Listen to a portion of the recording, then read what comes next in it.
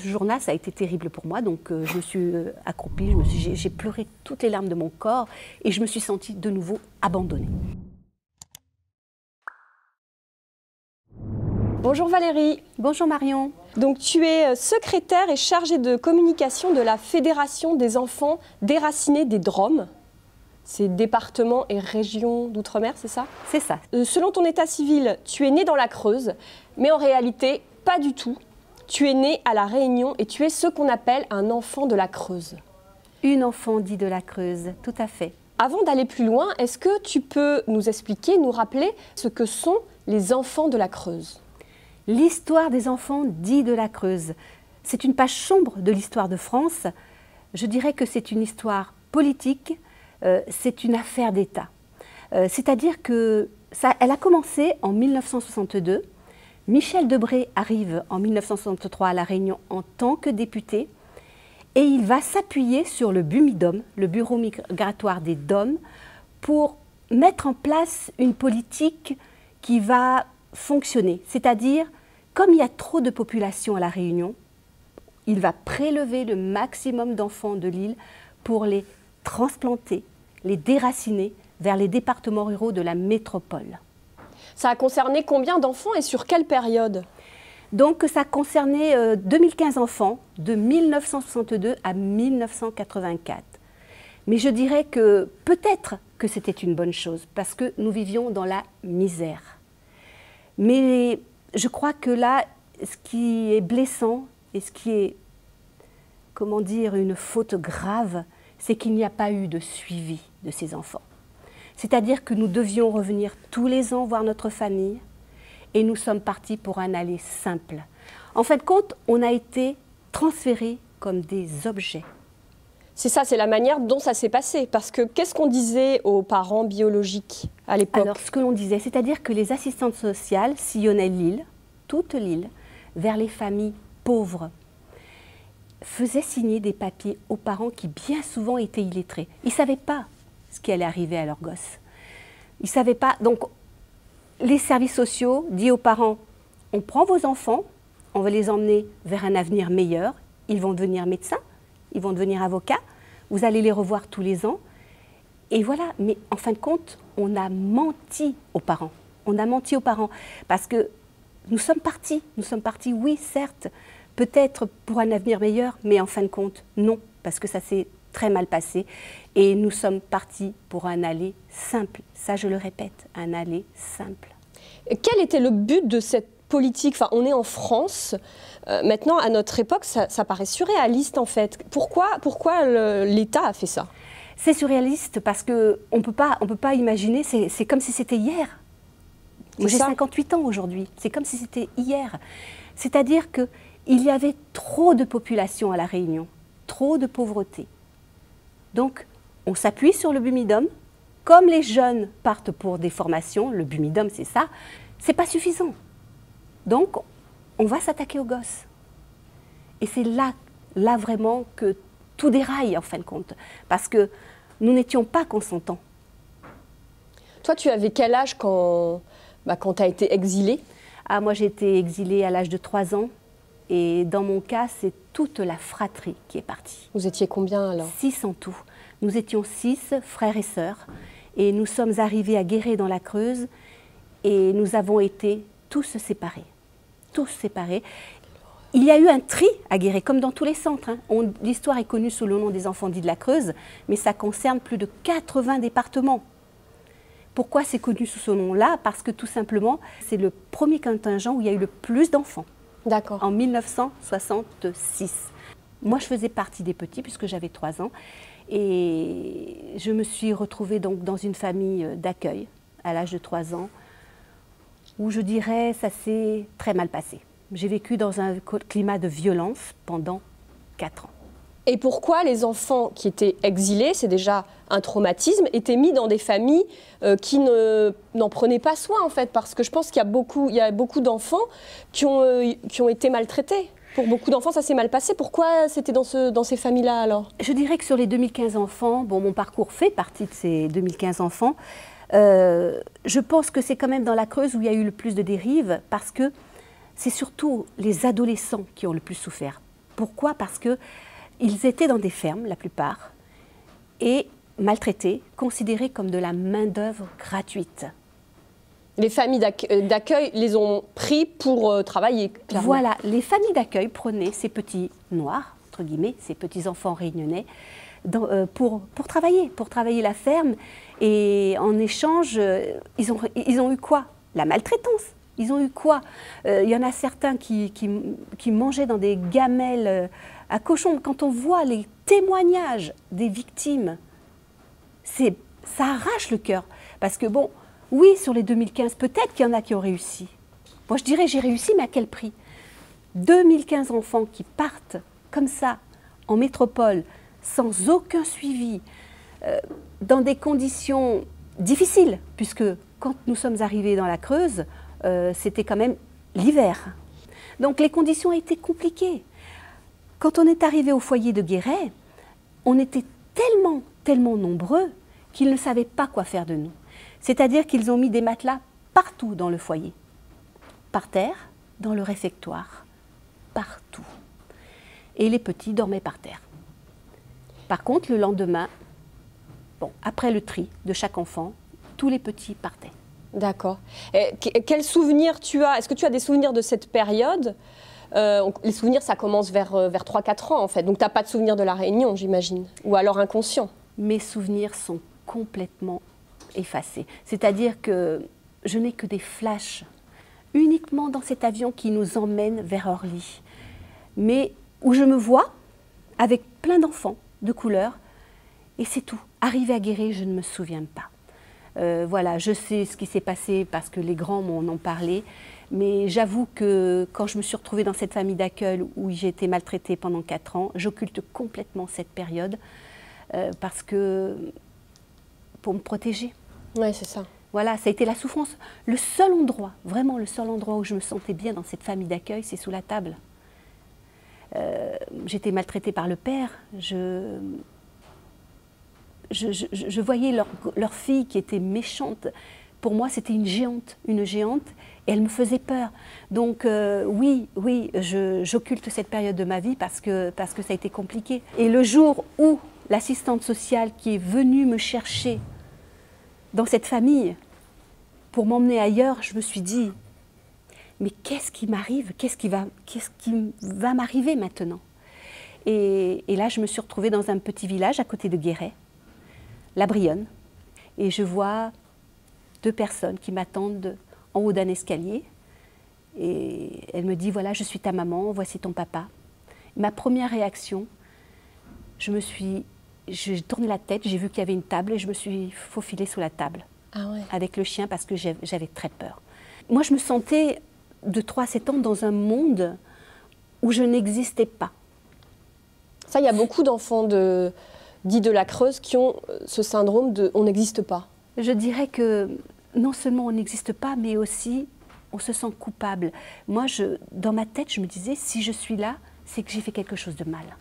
Et nous sommes nombreux à souffrir de ce syndrome-là. Mais ce questionnement qui durera longtemps, pourquoi je suis bronzée, avec des cheveux très crépus, à la Jackson 5. Et là, je dis à ma maman, mais je ne vous ressemble pas, comment ça se fait? Alors elle me montre une photo de mon papa, elle me dit, mais regarde ton papa, il est bronzé, tu vois bien que tu lui ressembles. Ah d'accord, ça restait dans le mensonge en fait, on te disait que c'était tes parents biologiques. Ça a été dans le mensonge dès le départ. Ma première école à La Brionne, ça a été quelque chose de déchirant, puisque je me suis retrouvée dans un endroit, je rentre dans la classe, et je me retrouve dans un endroit où il n'y a que des petits-enfants blancs. Ouais, on imagine dans la Creuse à cette époque, il ne devait pas avoir beaucoup de métissage. Dans ce jour-là, ça a été terrible pour moi, donc je me suis accroupie, j'ai pleuré toutes les larmes de mon corps, et je me suis sentie de nouveau abandonnée. Et là a commencé le racisme dans cette école. Blanche-Neige, négresse, sale petite négresse. Ça a été quelque chose de difficile à vivre. Et dans ce village où il n'y avait que des blancs, je me posais cette question, mais quand même, je pense qu'ils savaient ce qui se passait. Moi, je n'étais pas au courant. Pour moi, mes parents adoptifs, c'était mes parents. Quand on martèle dans la tête d'un enfant, je suis ta maman, je suis ton papa, on y croit à un moment donné, on y croit. Et je dirais que le pire, ça a été le collège. Le collège où le racisme a été, mais fulgurant. Une élève qui fait une chanson sur moi, la petite négresse qui pisse dans l'eau. Il y a eu un groupe qui s'est formé, ça a été catastrophique et j'étais obligée de sortir de l'école pour manger le midi, tellement que j'étais dans un milieu raciste. C'est du harcèlement, quoi. Ça a été du harcèlement. Je travaillais très bien à l'école parce que je savais qu'il fallait que je travaille pour je ne sais pas quoi. C'était ancré, il fallait que je travaille. Et là, le lycée arrive. Tout se passe bien jusqu'à la première. À 16 ans, je découvre tout ce qui se passe. Je me souviendrai toute ma vie de cette journée. On était dans la cuisine avec ma maman et puis elle me demande d'aller chercher quelque chose dans l'armoire. Manque de peau, je ne trouve pas et je fouille et je tombe sur un document qui me dit que je m'appelle Marie-Germaine Périgogne, née à Boisneuf-Saint-Paul. Tu trouves ta vraie carte d'identité, ton vrai état civil alors? Ce n'est pas ma carte d'identité. Ce n'est pas ma carte d'identité, c'est un document qui prouve que je suis adoptée. Et voilà, donc je vois ma maman, je lui dis, c'est quoi ça? Elle est devenue livide. Moi, à ce moment-là, j'ai ressenti de la colère, mais une colère tellement forte. Surtout après ces années de questionnement où tu te dis, voilà, tu as vécu dans le mensonge. Et oui, tu avais raison, quoi. Et ma maman me dit, oui, c'est vrai, tu t'appelles Marie-Germaine Périgogne, tu es née à La Réunion et tu as des frères et des sœurs aguerrés. C'est-à-dire que je croisais mes frères et sœurs pendant des années sans savoir qu'ils étaient mes frères et sœurs. De découvrir cette histoire, de découvrir mon histoire, ça a été... Mais je dirais, mais au fond de mon cœur, de mon âme, quelque chose mais de déchirant, de fracassant, un véritable tsunami.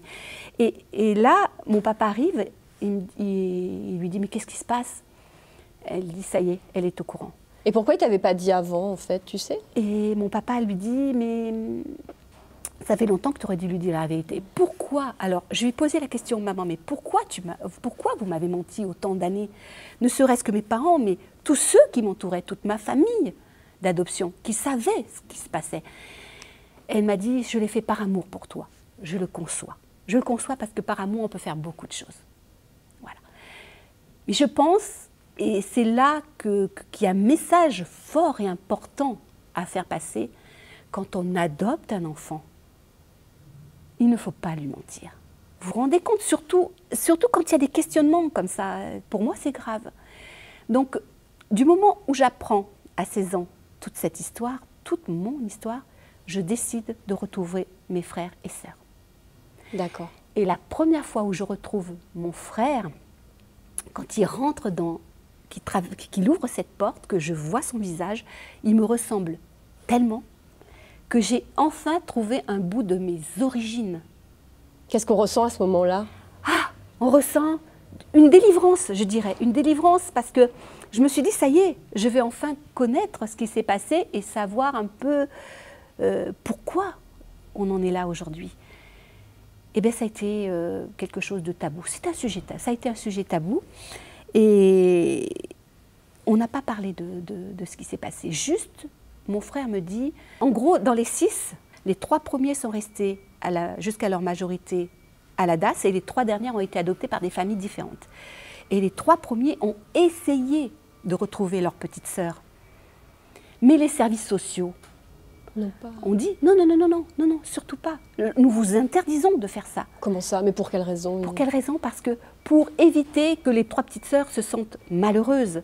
Oui, ils pensaient que les petits allaient croire je suis née dans la Creuse, tout va bien, quoi. Voilà, il s'est passé quelque chose, donc il faut surtout prendre du recul et puis rien dire, quoi. Donc à partir de là, tu connais un de tes frères ou tu as découvert après d'autres frères et sœurs? Ah, j'ai décidé, dès que j'ai découvert que j'avais des frères et des sœurs, de tous les retrouver.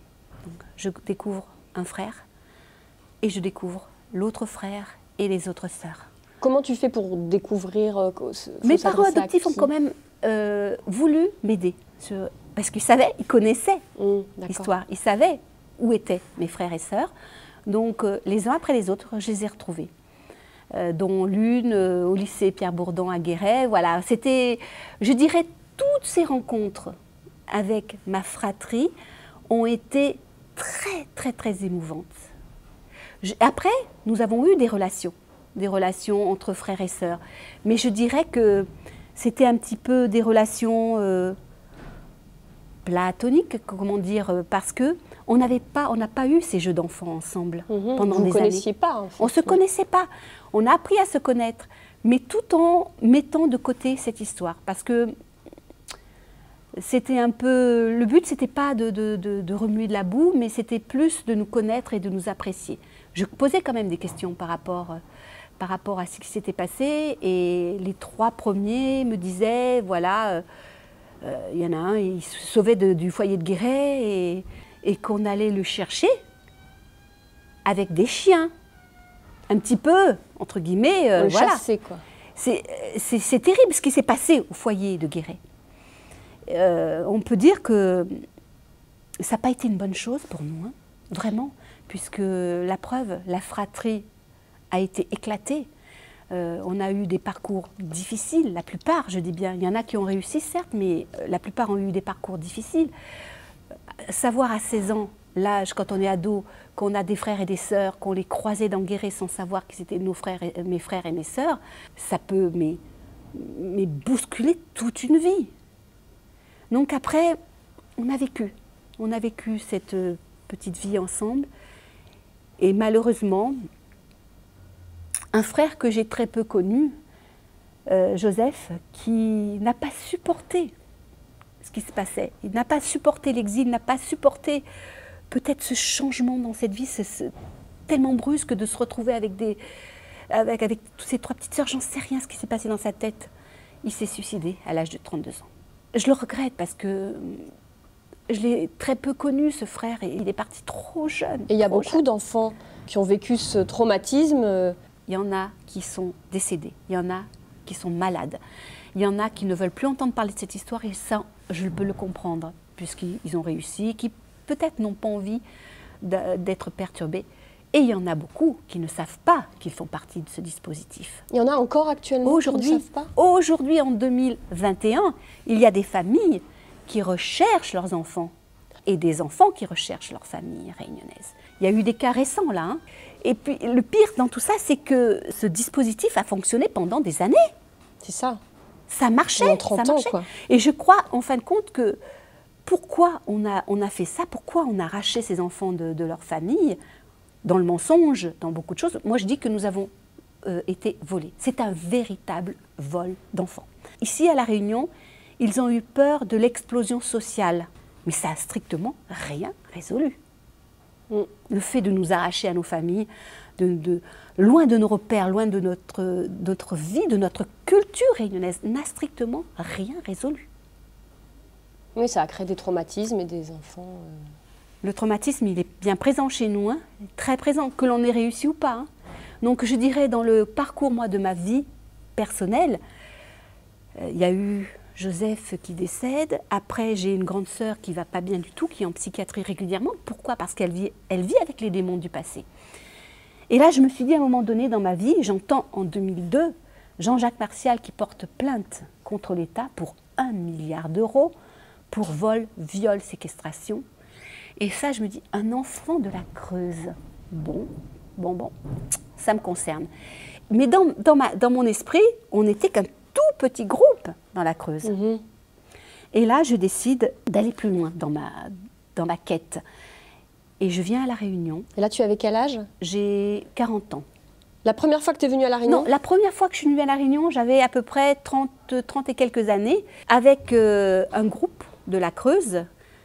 C'était magnifique. Mais j'ai complètement vécu ce voyage dans le déni. Pourquoi ? Parce que je laissais dans la Creuse une maman qui ne voulait absolument pas que je découvre mes racines. Elle avait peur de te perdre ? Oui, elle avait certainement peur de me perdre. Elle était très tranchante. Elle a dit, il est hors de question que tu retournes à La Réunion, quoi. Bien sûr, j'y suis allée. Et j'ai découvert la misère. Et je me suis dit, je suis creusoise. Donc je suis repartie de La Réunion avec cet esprit creusois. Et je continue ma vie. Je me marie, j'ai des enfants, j'ai un travail, je suis fonctionnaire à la DDE de Guéret. Je mène ma vie de femme. Tout se passe bien. Et un jour, je me suis dit quand même, il y a quelque chose qui ne va pas.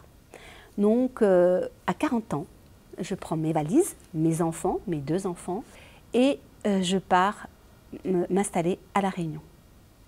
Dans le but de comprendre cette histoire, dans le but de comprendre cette adoption. Et donc, je reste 9 ans à La Réunion.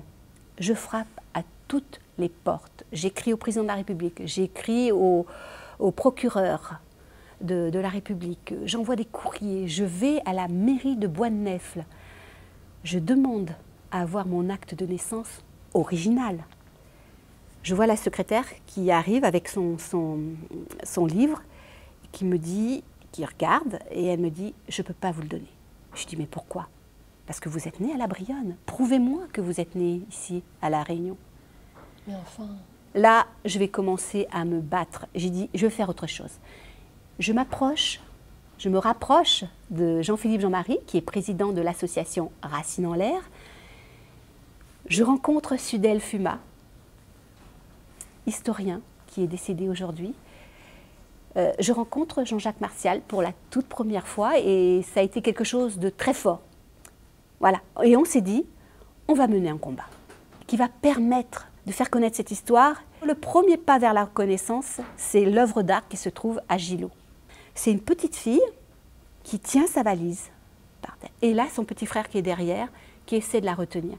Et on a choisi Nelson Boyer pour créer cette œuvre à l'aéroport de Gillot, tout simplement parce que c'est là où tout a commencé pour nous. Et l'œuvre d'art est dirigée vers l'océan. C'est Nassim Badandar qui a financé l'œuvre d'art, voilà, je dirais.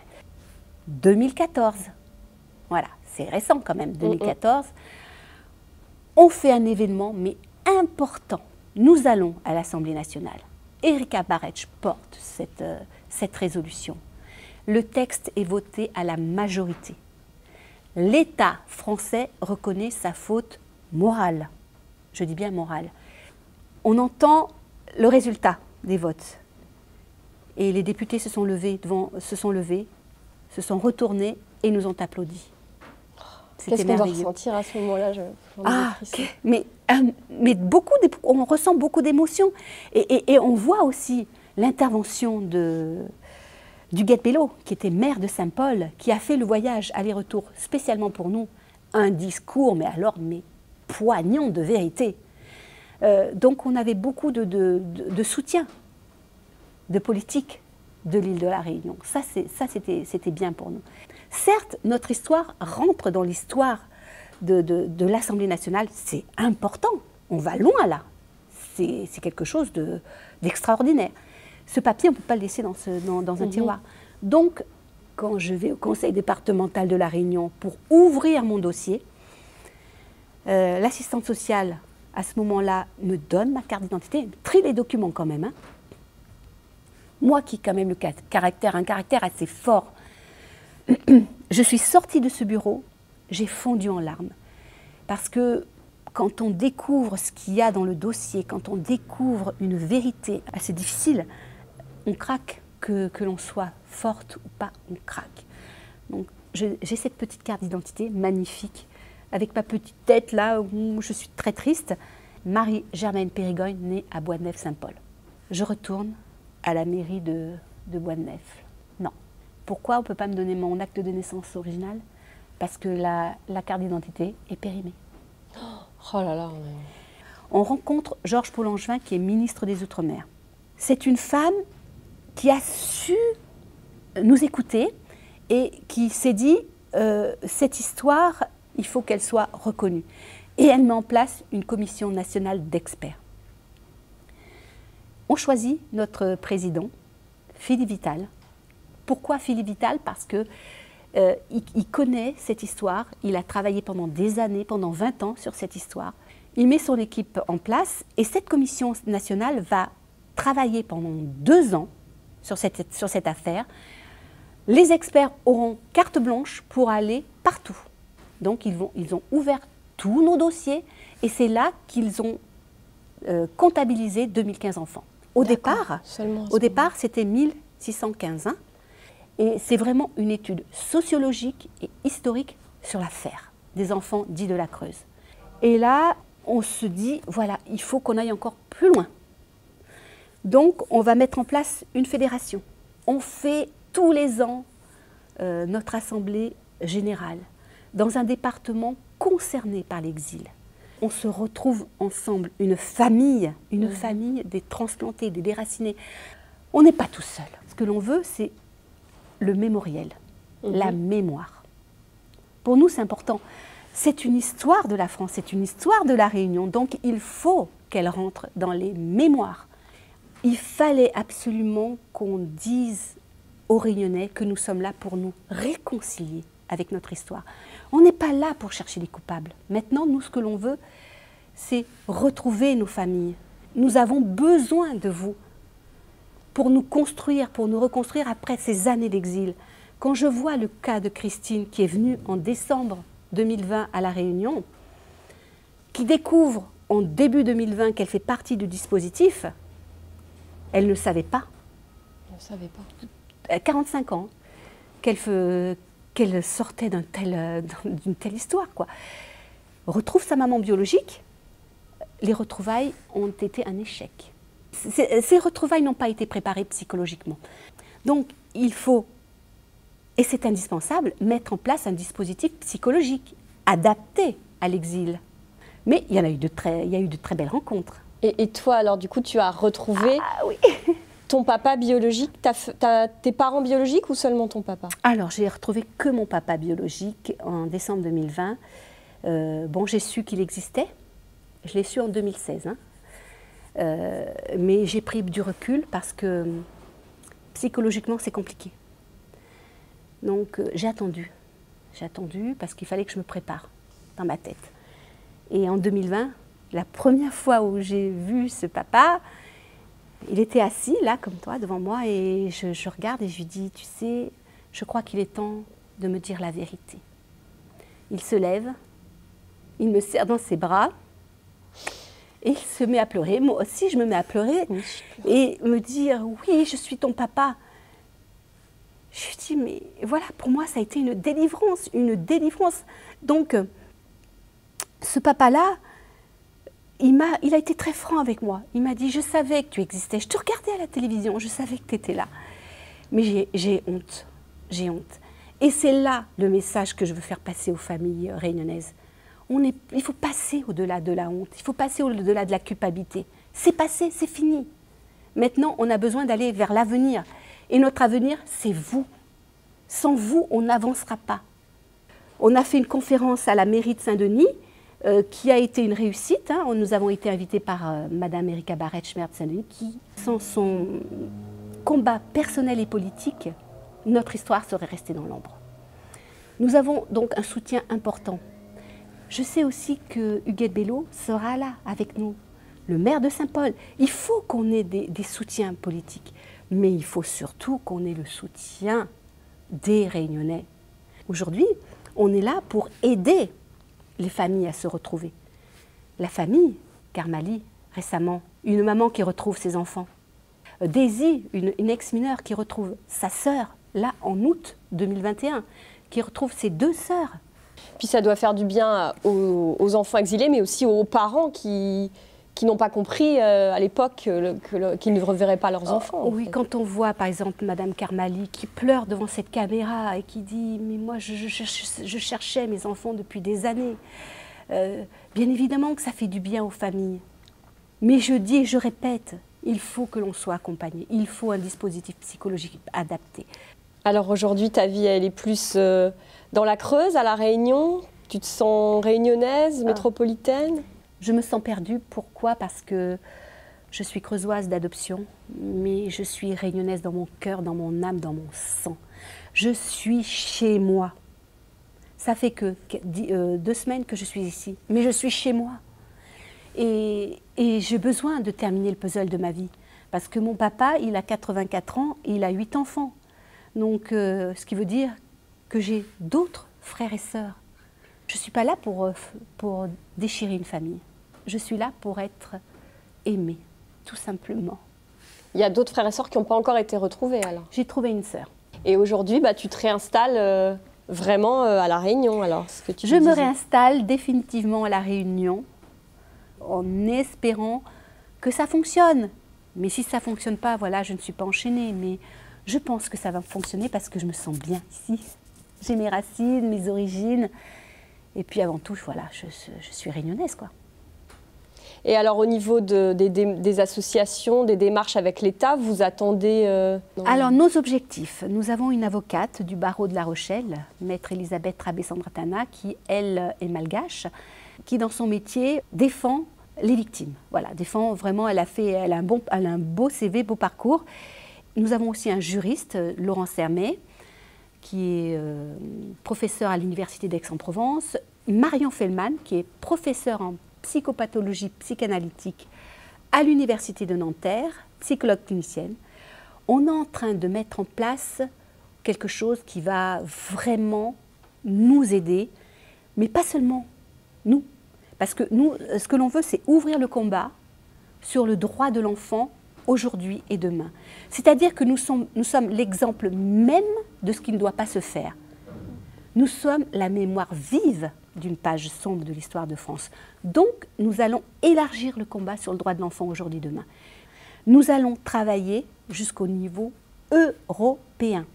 Pour nous, c'est important. Je pense que le dispositif psychologique est acquis et sera piloté par Marion Fellman. Et que cette histoire d'enfants dits de la Creuse soit portée par la jeunesse, parce qu'aujourd'hui, dans toutes nos actions, nous avons des pièces de théâtre jouées par des jeunes. Bientôt, ici, à La Réunion, il va y avoir une comédie musicale jouée par des jeunes. Nous allons continuer, nous ne lâcherons rien. Parce qu'aujourd'hui encore, il y a des placements compliqués, des adoptions difficiles. Il faut changer tout ça. Il faut changer tout ça. On veut aussi, ce que l'on souhaite, c'est que notre histoire soit étudiée. À l'école? À l'école, dans les manuels scolaires. Donc je pense que cette partie-là, c'est gagné aussi. Merci en tout cas pour ce très beau témoignage. Merci beaucoup. Merci Marion. En tout cas, c'était vraiment bien. C'est grâce à vous, aux médias, que l'histoire est connue.